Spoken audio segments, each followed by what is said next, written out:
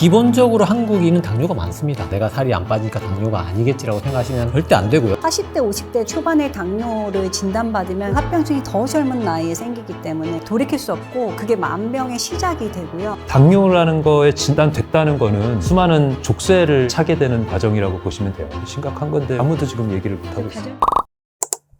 안녕하세요, 일주입니다. 오늘도 우리 지식인사이드 구독자님들을 위해서 특별한 처방전을 써드리려고 합니다. 안녕하세요. 가정의학과 전문의 이경실입니다. 네, 반갑습니다. 내과 전문의 김태균입니다. 안녕하세요. 행복한 의사 응급의학과 전문의 최석재입니다. 각 분야의 전문가들로서 수많은 환자분들도 만나보셨고 책에서도 많이 보시고 했을 거잖아요. 이 병만큼은 정말 나는 안 걸리고 싶다. 너무 힘든 것 같아. 왜 그런지를 설명을 듣다 보면 우리가 또 배우는 것들이 있잖아요. 제가 응급실에서 봤을 때는 후유장애가 남는 질환이 무서운 것 같아요. 뇌경색, 뇌출혈은 재활의 기간이나 이런 것들이 고생을 많이 하시고 위치에 따라서는 식물인가까지 가는 경우도 생기고 이런 것들을 보면서 뇌혈관 질환과 심혈관 질환 중에서 더 무서운 거를 고르면 나는 뇌혈관 질환이 더 무섭다 이런 생각이 들더라고요. 전조가 있나요? 쓰러지는 거는 많지 않고요. 한쪽 팔다리 마비 오면서 아니면 어지러우면서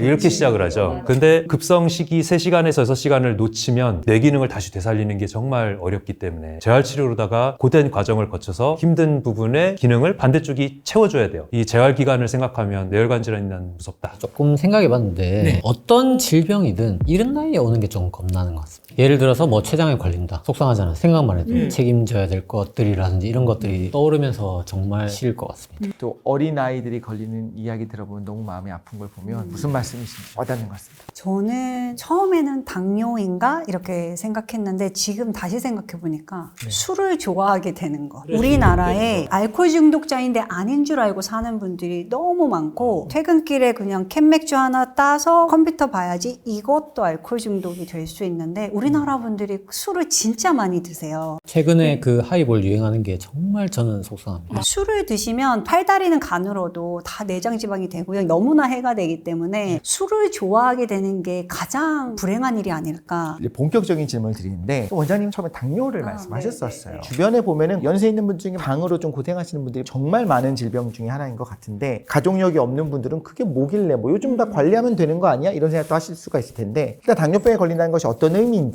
삶 자체가 좀 변한다고 하니까 와닿게 설명 한번 해주시면 좋겠어요. 당뇨를 진단받으시는 순간 간섭이 많아지죠. 의사가 계속 하지 말아라 하는 게 많아지고 우리는 쉽게 매일 먹는 약을 드리지만 일상 중에 하루 한 번 약을 계속 먹는 행위를 한다는 것도 스스로 내가 뭔가 환자가 된 것 같은 느낌이 들기 때문에 받아들이기 쉽지도 않은데 병원 갈 때마다 약간 혼나는 느낌. 국제검사하는 느낌. 뭐 먹었어요? 운동했냐? 어릴 때 선생님이나 엄마로부터의 짜증스러움이 나이가 다 들은 내가 혼나야 되나 하는 그게 저는 제일 큰 문제라고 생각해요. 내 삶이 제한받는 거? 생각보다 주체적이지 못하고 내가 하고 싶은 거를 못하는 삶이 되는 거예요. 누가 다 알고 있고. 저는 이 질문을 받고 조금 생각을 해봤는데 당뇨를 진단받게 되면 무엇이 변하는가? 사실은 거의 변하는 것이 없습니다. 내가 어떻게 변하고자 하는가에 달렸다고 생각합니다. 예를 들어서 병원에 가서 오라는 날 오고 약 타는 날 약 타고 약 먹을 때 먹고 하면은 거의 변화가 없을 겁니다. 자기 삶은. 근데 그렇다 하더라도 당뇨가 꽤 조절이 됩니다. 근데 예를 들어서 연소혈당 측정기를 찬다. 이러면 정말 한시도 가만히 못 있겠죠. 밥 먹기도 두렵고 혈당 스파이크 뛰면 운동할 수도 있고. 당뇨를 처음 진단받는 숫자 중에 5%에서 10% 정도는 응급실에서 진단을 받거든요. 어떻게 진단받냐 하면 뭔가 탈수되는 이벤트에서 당뇨병성 케톤산증이 생겨서 막 구토를 심하게 하면서 배가 아프다고 와요. 그래서 응급실에서 당뇨 히스토리 없었던 분인데 당이 찍었는데 400, 500 이렇게 나와요. 그러면 깜짝 놀래가지고 당화 혈색소 찍어보면 이제 7점대, 8점대 나오는 거죠. 모르고 있다가 처음 진단받는 그런 사례들이 있는데 당뇨라는 거에 진단됐다는 거는 사실은 수많은 족쇄를 차게 되는 과정이라고 보시면 돼요. 평소에 했던 행동에서 많은 부분을 포기를 해야 됩니다. 일단은 당을 하루에 4번까지 체크하면 가장 좋은데 조절 안 될 때는 일단 하루에 한 번이라도 체크를 해야 되고요. 그다음 약을 일단 먹어야 되고 자유롭게 했었던 당연히 하면 안 좋은 행동이지만 술과 고기, 회식 이런 문화들에서 멀어져야지만 당뇨에서 탈출을 할 수가 있습니다. 거기서 진짜 당뇨에서 낫기를 원하신다면 현미밥 채식이랑 이런 거를 해서 완전히 탈출을 하시는 걸 당연히 더 추천을 하고요. 근데 그렇지 못하고 이런 합병증에서 고생을 하면서 사회에서 편견을 또 받게 되는 경우가 있습니다.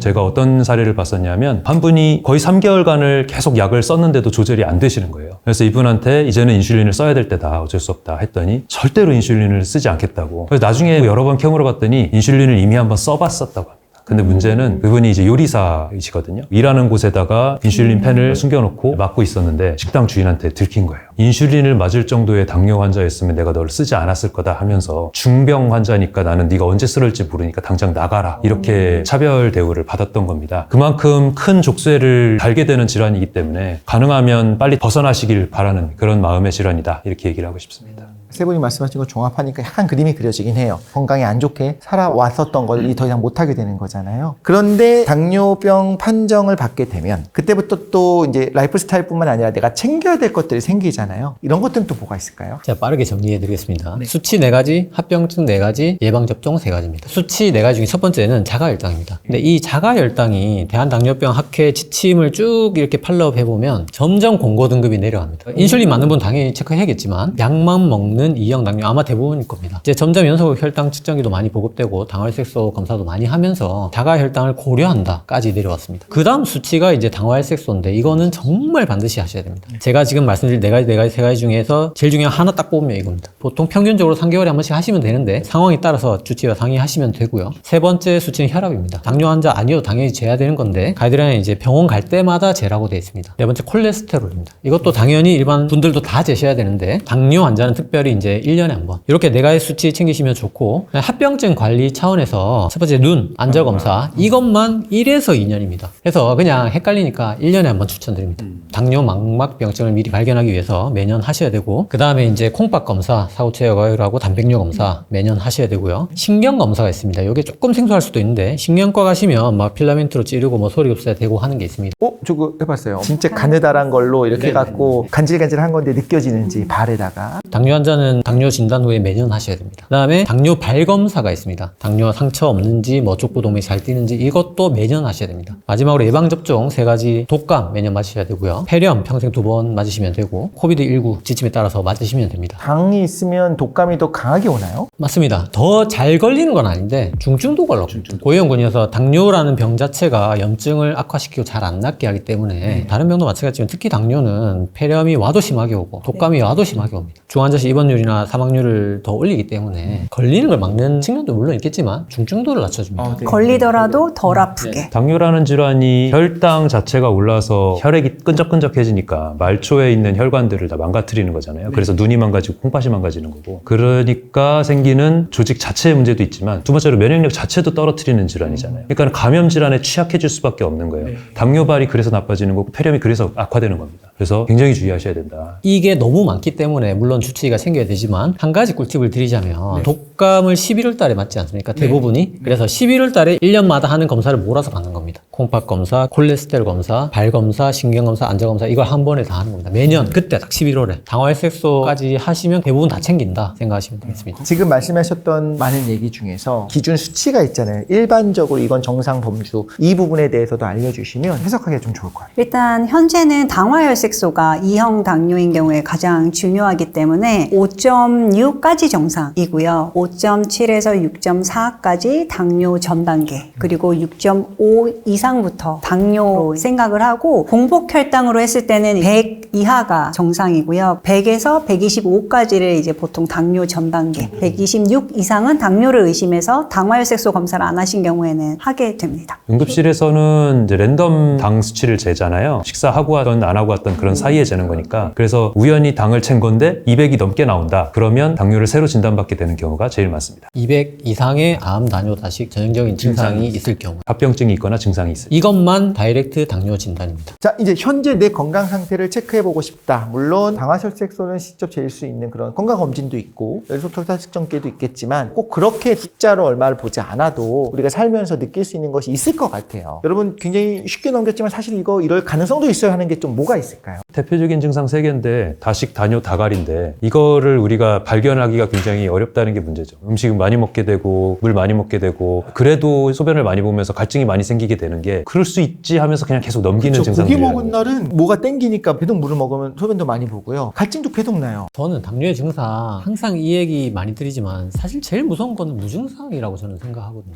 증상이 없는 게 사실 제일 소름 끼치지 않습니까? 근데 몰랐다가 왔는데 뭐 쓰러지고 500 넘고 이건 좀 무서운 거 같아요. 예, 응급실로 실려온다니. 아무것도 몰랐는데 그렇게 되진 않고 아니요 다갈이 될 정도면 너무 늦게 오시는 거고 원장님 말씀처럼 초기에는 어떤 증상이 없기 때문에 놓치는 경우가 많아서 당뇨 환자 100명을 모아놓고 보면 가장 많은 건 역시 무증상이 많습니다. 그래서 무증상이 가장 많다는 전제하에 제가 당뇨 증상을 쭉 설명드릴 건데 쉽게 얘기하면 무슨 말이냐면 내가 이 증상들이 있다고 해서 당뇨란 보장도 없고 없다고 해서 당뇨가 아니란 보장이 없습니다. 최혁재 선생님께서 말씀해 주신 것처럼 다음 당뇨 다시 거기에 체중 감량까지 네 가지가 가장 전형적인 증상입니다. 너무 갈증나서 물 많이 마시게 되고 그걸로 인해서 또 소변 많이 보게 되고 계속 먹어도 허기가 지고 먹어도 먹는데도 살이 빠지는 이 증상이 가장 전형적이고 이거는 없다고 해서 당뇨가 아니라는 보장은 절대 없습니다. 그래서 내가 살이 안 빠지니까 당뇨가 아니겠지라고 생각하시면 절대 안 되고요. 반면에 이게 있으면 이건 너무 강력한 당뇨 증상인 건 맞습니다. 그 다음에 초기에 가장 전형적인 증상을 알려달라 하면 그게 바로 식곤증입니다.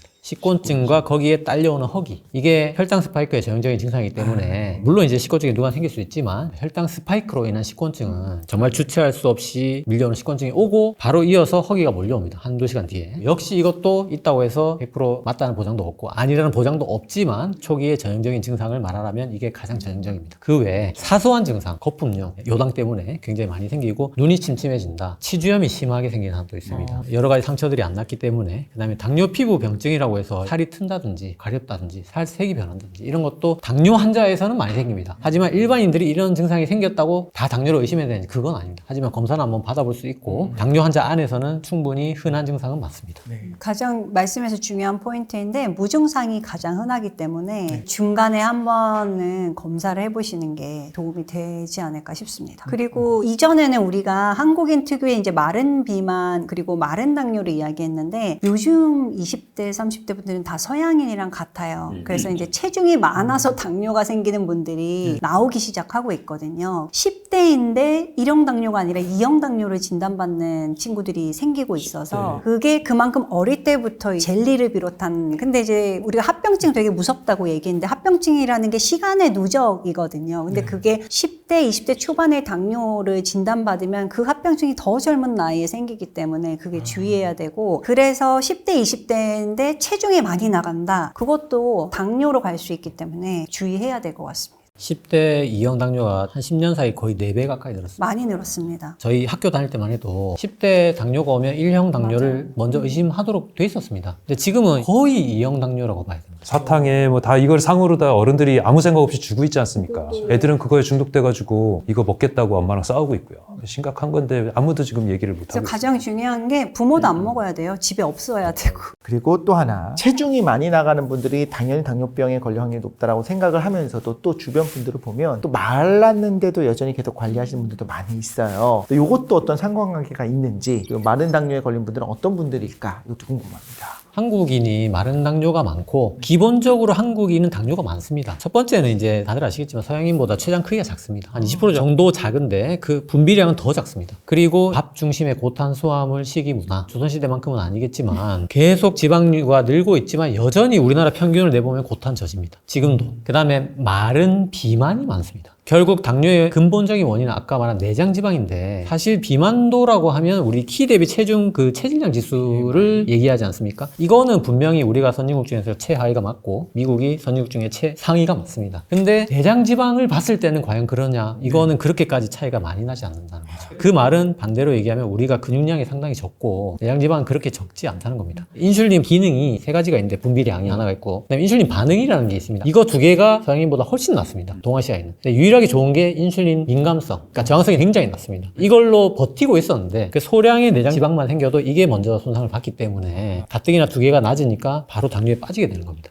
그래서 마른 당뇨가 왜 잘 걸리냐? 마른 비만이 많기 때문이고 결국은 마른 당뇨는 누가 잘 걸리냐? 근육량이 적은 분들이 많이 생깁니다. 당뇨는 결국 뱃살과 허벅지의 싸움이다. 이런 얘기가 있습니다. 그래서 체질량 지수만큼 오히려 그보다 더 많이 예견할 수 있는 지표가 바로 허벅지 둘레, 허리 둘레입니다. 그 당뇨의 가장 두려운 것 중에 하나로 합병증 합병증을 이야기를 하잖아요. 아까 망막병증도 얘기하셨지만 제가 되게 무서웠던 게 발이 썩는다는 거예요. 아픈데 상처가 났는데 몰랐다가 덧나고 근데도 고통이 없어서 나중엔 괴사하게 된다. 막 이런 이야기를 들으면서 굉장히 무서웠었는데 정말로 그런 사례가 있기도 합니까? 당뇨 합병증 잠깐 정리를 좀 하고 넘어가자면 당뇨 합병증이 전신에 다 생긴다. 너무 많다. 이렇게 생각하시지만 사실은 5개로 딱 정리할 수 있습니다. 대혈관 합병증 2개, 미세혈관 합병증 3개. 그래서 심근경색, 뇌경색. 그다음에 이제 그 실명할 수 있는 망막병증, 투석할 수 있는 콩팥병증. 마지막으로 이제 절단할 수 있는 신경병증이 있는데 이 신경병증이 스펙트럼이 굉장히 넓습니다. 아까 당뇨 2병증을 포함해서 뭐 발기부전도 여기에 들어가고 이 신경 같은 부분들이 굉장히 혈관이 가늡니다. 결국은 이제 고혈당이 반복되면 당들이 최종 당화산물, 당독소로 작용을 해서 이제 이 애들이 혈관에 상처를 냅니다. 그래서 작은 혈관부터 막히게 되고 염증을 일으키고 상처를 안 낫게 되고 그러면서 작은 혈관이 있는 망막, 콩팥, 발, 신경 이런 데부터 이제 합병증이 생기게 되는 거죠. 응급실에서도 당뇨발 환자들을 종종 보게 돼요. 당뇨발 때문에 소독을 매일 받아야 되면 어쩔 수 없이 응급실로 와서 소독을 받으시는 일이 생기는 거죠. 외래에서 주말까지 소독을 받을 수는 없으니까. 그럴 때 이제 상처 열어보면 상당히 심각한 분들도 있고. 근데 최근에 좀 충격적인 상황을 한번 겪었는데요. 당뇨발인데 이분이 정신장애가 있어가지고 당뇨발 관리를 못 하신 거예요. 주위 주민들이 집에서 냄새난다 빨리 병원 가봐라 했는데도 안 가시고 집에서 버티다가 어느 날 119에서 전화가 왔어요. 과장님 지금 여기 좀 심각한데 발에 구데기가 있는 것 같아요. 환자가 왔는데 다음날 수술 기록을 보니까 무릎 아래로 양쪽 다 절단을 하셨고요. 난리였다는 기록이 남아있어가지고.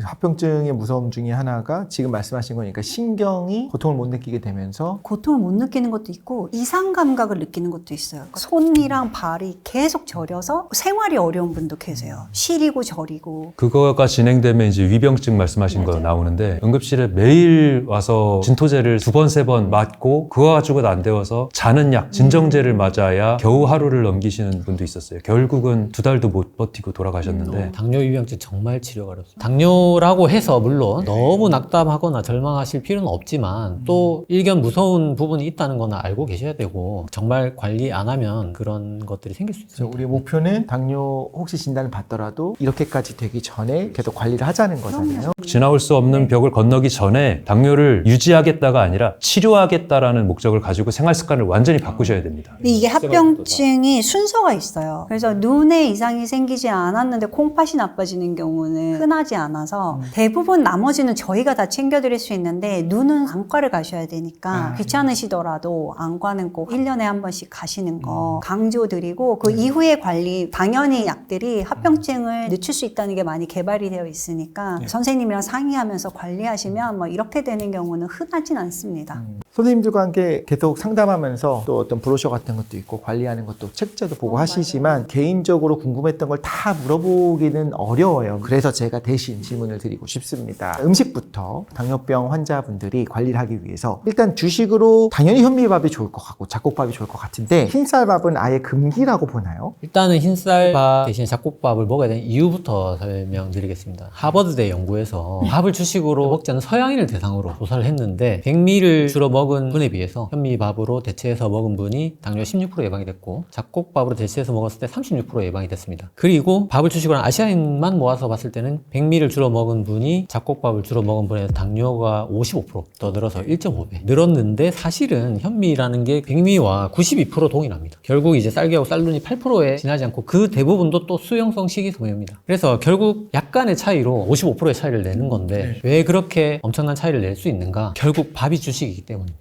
우리가 콜라가 훨씬 위험할 것 같지만 콜라가 주식이 아니지 않습니까? 그래서 밥을 엄청나게 우리가 먹기 때문에 그 8%의 효과만으로 당뇨 55%가 차이가 나는 겁니다. 이게 누적되는 효과가 그만큼 크다는 겁니다. 수용성 식이섬유가 물론 중요하긴 하지만 당뇨 환자의 여러 식이 요인 중에 결국 우리 입장에서 봤을 때 어느 식이 요인이 제일 큰가? 결국 밥이 될 수밖에 없습니다. 어떻게 보면 흰쌀밥도 가공식품이기 때문에 현미로부터 조정을 한 거니까. 그리고 이제 현실에서 보면 자기가 먹어야 될 양만 먹었을 때는 아무 문제가 아닌데요. 흰쌀밥을 한 공기 보통 그 이상을 드시게 되고 얹어서 먹는 반찬들이 또 되게 다 짭짤한 것들을 먹으니까 우리가 그 밥 한 그릇을 떠보라고 하면 대부분 200g이 넘습니다. 그리고 우리 식당에 가면 흔히 볼 수 있는 공깃밥 정확히 둘 다 200g입니다. 햇반하고. 이게 정확히 대한당뇨병 학회의 200g 또는 210g 기준을 매기고 있기 때문에 이미 우리가 그냥 한 그릇 뜨게 되면 그건 다 초과다. 이렇게 생각하시면 됩니다. 딱 그 식당 공깃밥 생각하시면 됩니다. 보통 남자분들 기준으로는 그런 공유근을 하루에 9번 명 드실 수 있는데요. 공깃밥 70g이 1단위예요. 그러니까 공깃밥 하나 먹으면 3개, 그렇게 3끼 먹으면 그 외에 다른 공류는 드시지 않아야 되는데 빵이 문제라니까요. 빵이. 지금 우리는 빵이 근데 문제예요. 거기에 디저트가 다 탄수화물. 빵이 통곡물 빵이면 문제가 없는데 설탕과 계란과 우유로 밀가루로 섞은 빵이 아닙니까? 그게 지금 가당음료. 문제예요. 그거는 사실 서양인들이 봤을 때는 빵이 아닙니다. 우리나라가 먹는 빵은 서양인들이 왜 주식을 빵으로 먹는데 당뇨가 덜 걸리냐. 우리 빵이랑 너무 다릅니다. 저는 당뇨 환자에게 빵이 그렇게까지 나쁘다고 생각하지 않습니다. 빵은 잘못이 없다. 그리고 그걸 너무 많이 사오세요. 빵이 밥이란 느낌이 없어서 그래요. 간식이니까 좀 더 먹고 싶고. 근데 밥은 밥대로 다 먹고. 우리나라에서 빵은 사실 과자의 포지션에 있습니다. 요즘 제로 열풍이 불어서 제로 콜라부터 시작해서 수많은 것들이 다 제로예요. 전 개인적으로 당 측면에서는 그래도 가당보단 낫지 않나 생각을 하면서 그럼에도 불구하고 이제 전문가로서 이 부분에 대해서 말씀을 해주신다면요. WHO에서 제로콜라의 의학적인 정식 명칭은 비설탕 감미료입니다. 비설탕 감미료하고 당뇨하고 여태까지 나온 모든 논문을 모아서 메타 분석을 한번 해본 게 있습니다. 하나는 이제 임상대조연구 RCT라고 하는데 직접 이제 시험구를 모아서 콜라하고 제로콜라를 같이 먹여본 거고 결과는 당연히 콜라 대신에 제로콜라 먹으면 혈당이 떨어지겠죠. 근데 그게 의미 있는 차이는 아니었다. 이렇게 나왔습니다. 콜라가 우리가 주식이 아니다 보니까 다른 식이 요인들을 동일하게 먹는다면 비율이 크지 않다. 그다음에 이제 관찰 연구가 있습니다. 조금 충격적인데 당뇨가 23% 증가했다는 결과가 나왔습니다. 여기 세 가지 기전이 제시가 되고 있는데 1, 2, 3번으로 갈수록 이제 주요한 기전입니다. 첫 번째가 이제 직접적으로 비설탕 감미료가 혈당을 올렸을 가능성이 있습니다. 아예 생화학적으로 단맛이니까 인슐린을 자극하면서 반발 고혈당이 생겼을 가능성이 있지만 이거는 그다지 이제 근거가 좀 빈약하고 두 번째로 이제 신경학적으로 우리 뇌가 속임을 당하면서 단맛이 들어왔지만 칼로리가 안 들어온 걸 보상하기 위해서 식욕이 증가하는 게 두 번째가 있고요. 세 번째가 아마 주요 기전으로 생각되고 있는데 정신과적으로 심리적으로 보상이 일어나는 겁니다. 쉽게 얘기해서 내가 건강을 먹었기 때문에 이 정도는 더 먹을 수 있어. 이게 가장 주요한 원인으로 꼽히고 있고 이게 어떤 원리랑 같냐면 우리가 공부할 마음이 없는 애를 학원을 보내는 거랑 똑같은 겁니다. 그럼 학원을 보낸 거에서 내가 심리학 위안이 있으니까 공부를 더 안 하게 되는 거예요. 성적이 그대로도 아니고 오히려 떨어진다는 거죠. 그래서 실제적으로 WHO에서는 아예 당뇨를 치료하거나 예방하는 목적으로 비설탕 감미료를 권고하지 않는다고 못을 박아놨지만 이런 원리를 안다면 저 같은 경우에는 공부를 할 마음이 있는 애를 학원에 보내면 성적이 오르지 않겠습니까? 그래서 저는 개인적으로 콜라 먹을 때 제로 콜라를 먹는 게 그렇게까지 나쁘다고 생각하지는 않습니다. 다만 이거는 당을 끊는 목적으로 일시적인 도구로 사용하자고 많은 분들이 제안을 합니다. 무슨 말이냐면 당 중독도 중독입니다. 그래서 우리가 담배를 끊기 위해서 니코틴 패치나 껌을 씹을 수는 있겠지만 니코틴 패치를 평생 붙이고 있는 사람은 없지 않습니까? 단맛을 끊는 목적의 도구로 일시적으로 사용해 볼 수 있는 게 인공 감미료가 됐고 왜냐하면 비설탕 감미료는 아직까지 안전성이 100% 입증된 게 아니기 때문에 평생 먹으라고 제가 권유 드릴 수는 없고 하지만 콜라를 먹을 일이 있다면 대체해서 먹는 거는 나쁘지 않을 수도 있다. 그리고 추가로 말씀드리면 그 단맛에 너무 길들여지지 않는 게 가장 중요할 것 같은데요. 신맛도 있고 또 다른 다양한 허브를 통한 맛이 있는데 이런 맛 말고 너무 단맛에만 그리고 짠맛에만 식사가 다 이루어지지 않게 하는 게 중요할 것 같아요. 그래서 제로를 쓰면서 그런 걸 좀 갈아타시는 게 이 측면에서 단계가 있습니다. 콜라 다음에 제로 콜라고 그 다음이 탄산수입니다. 당분 안 들어있는 탄산수. 탄산수도 역류성 식도염을 안 좋게 만들 수 있지만 이거 제외하면 탄산수는 정말 건강에 문제가 없습니다. 그래서 저 같은 경우에 입에 막 텁텁한 느낌이 싫어서 개운하게 마시고 싶을 때는 탄산수 자주 마십니다. 그 다음 infused water, 레몬수, 라임수, 그 다음 맹물 이런 식으로 물을 제일 좋죠. 물을 대신할 수는 없다. 맞습니다. 물 대신에 좀 마실 수 있는 차 같은 게 있을까요? 라는 질문을 많이 합니다. 이 방면에서 정말 내과 가정학과에서 유명한 격언이 하나 있습니다. 물을 대신할 수 있는 건 없다.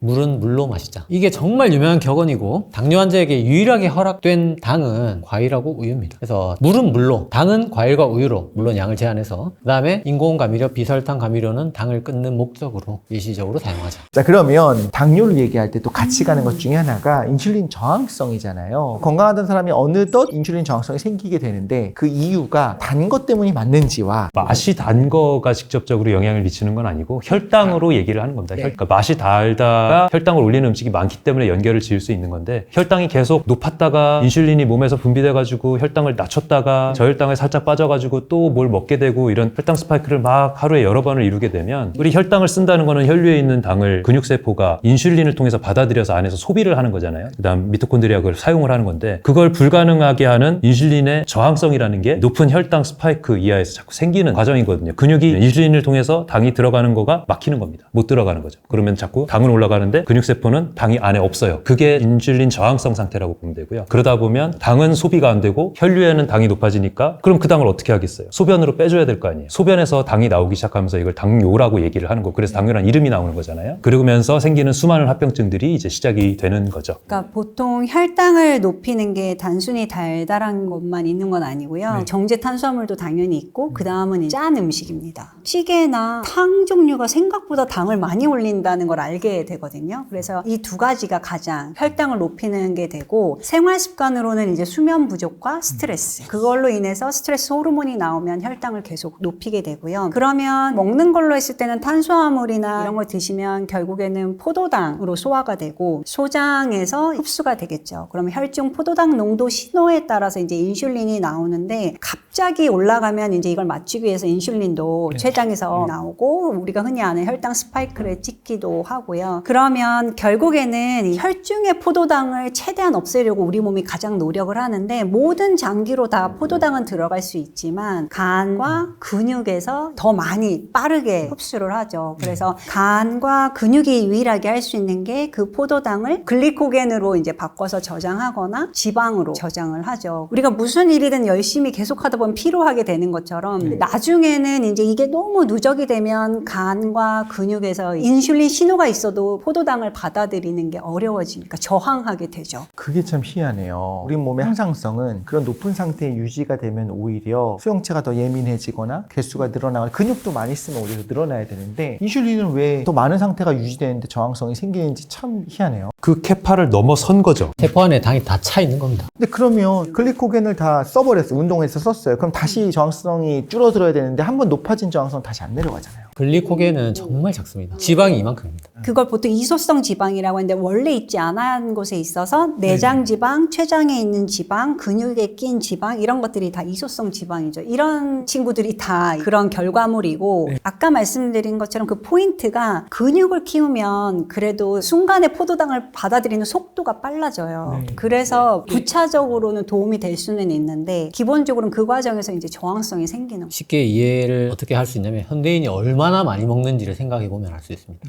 정말 어마어마하게 먹는다는 거죠. 그러니까 결국 당뇨의 근원이 내장지방인데 이게 처음에 먹으면 세포로 들어가겠죠. 그 다음에 지방으로 저장되겠죠. 그거보다 이상으로 먹는 겁니다. 사실은 지방을 먹으면 지방이 오를 것 같지만 탄수화물이 훨씬 더 많이 올리거든요. 그래서 단 걸 먹으면 당뇨가 생기는 거는 일부 맞는 말이 있긴 합니다. 탄수화물이 훨씬 더 지방을 잘 만들기 때문에. 근데 충분히 좋아지는 분들이 있긴 하세요. 그거를 가르는 게 결국 포도당 자극 초기 인슐린 반응이라고 하거든요. 그러니까 우리가 혈당 올리고 내리는 시스템에 인슐린만 있는 건 아닙니다. 그 중간에 굉장히 중요한 호르몬 하나가 인크레틴인데 얘가 손상을 받는 겁니다. 예를 들어서 갈증이 느끼는 게 혈액의 농도만 가지고 측정한다면 목이 말랐을 때 물을 마시면 그 즉시 혈관의 갈증이 해소되지는 않을 겁니다. 근데 그 시간이 찰 때까지 기다린다면 우리는 너무 많은 물을 먹게 됩니다. 그래서 물을 먹는 즉시 갈증이 해소가 됩니다. 우리 몸에서 다른 경로를 통해서 인크레틴이 똑같은 겁니다. 우리가 밥을 먹고 혈당이 올라서 그걸 보고 인슐린을 내리자면 그게 너무 시간이 늦다는 거죠. 그래서 밥을 먹는 즉시 소장에서는 바로 인크레틴을 뿜어서 초기에 인슐린이 쫙 나오는 겁니다. 아직 혈당이 올라가기 전에. 그게 당뇨 초기에 비가역적으로 손상을 받는다고 되어 있습니다. 다른 환자분 중에 인슐린 쓰는 걸 부담스러워하는 환자분들이 있다고 하는데 초기에 인슐린을 쓰면 췌장이 좀 쉴 수 있어서 오히려 되돌아올 수 있다는 연구가 많이 있어요. 그래서 외국에서는 젊은 분들이 당뇨에 걸렸다 그러면 인슐린 쓰는 걸 상당히 적극적으로 활용하고 있습니다. 근데 우리나라는 문화상 주사를 한다는 건 되게 큰 병이라는 그 느낌이 있어서 실제 현실에서는 좀 어려운데요. 연구는 그렇게 있습니다. 그래서 환자분들이 아주 직접적으로 이해할 수 있는 거는 뭐냐면 당뇨 초기에 또는 당뇨 전 단계에 빨리 내장지방을 빼는 겁니다. 이때는 돌아갈 수 있습니다. 그래서 저희가 그런 연구를 했어요. 레터를 보내면 이게 전 단계입니다. 복부 비만입니다. 이걸 기반으로 생활 습관을 개선한 사람들과 아닌 사람들을 추적 관찰했을 때 당뇨 발생 시기도 훨씬 늦을 뿐만 아니라 수명 그 외에 다른 질병들도 의미 있게 늦어진다고 돼 있거든요. 맞아요. 그래서 전 단계일 때가 우리 우리가 굳이 그 이름을 만들어 놓는 이유는 이때는 돌이킬 수 있어요. 그 다음 추가로 이 간이랑 근육은 저항성이 생기는데요. 그 외에 모든 장기는 저항성이 안 생겨요. 그러니까 뇌나 심장이나 난소나 다 포도당이 많으면 다 받아들이기 때문에 고혈당으로 인한 합병증이 생길 수밖에 없고, 그래서 이제 미세혈관 합병증, 아까 말씀하신 눈이나 콩팥 이런 문제가 생기고 대혈관 질환으로 이제 뇌, 심장 이런 게 계속 생길 수밖에 없어서 관리가 좀 중요하죠. 이야기를 들으면서 제가 좀 많이 간담이 서늘한 것도 많이 느꼈는데 아마 구독자분들께서도 보면서 동일하게 느꼈을 것 같아요. 그만큼 또 당뇨 환자들이 많습니다. 근데 흔하기 때문에 오히려 덜 무섭게 느껴지는 경향도 있거든요. 요즘은 관리만 잘하면 괜찮지 않나라고 생각을 하는데 사실 굉장히 노력해야 되는 거잖아요. 그래서 우리 전문가 선생님들께서 나는 정말 당뇨를 예방하기 위해서 이거는 한다라고 딱 하나만 해주시면 다 기억을 못하더라도 그거는 좀 지키면서 살 수 있을 것 같습니다. 저는 두 개인데 하나는 너무 쉽고 효과가 확실하고 운동이다. 쉬워요? 쉽지 않죠. 그게 뭐냐면 거꾸로 식사법입니다. 이거는 정말 똑같은 동일한 음식에 똑같은 칼로리를 먹어도 정말 진짜 순서만 바꿔서 또는 시간만 조금 연장해서 먹으면 혈당이 거의 3, 40 차이 납니다. 그래서 너무 간단하고 누구나 할 수 있지만 정말 쉽게 혈당을 떨어뜨릴 수 있는 방법이 되겠고, 두 번째는 다 아시겠지만 운동입니다.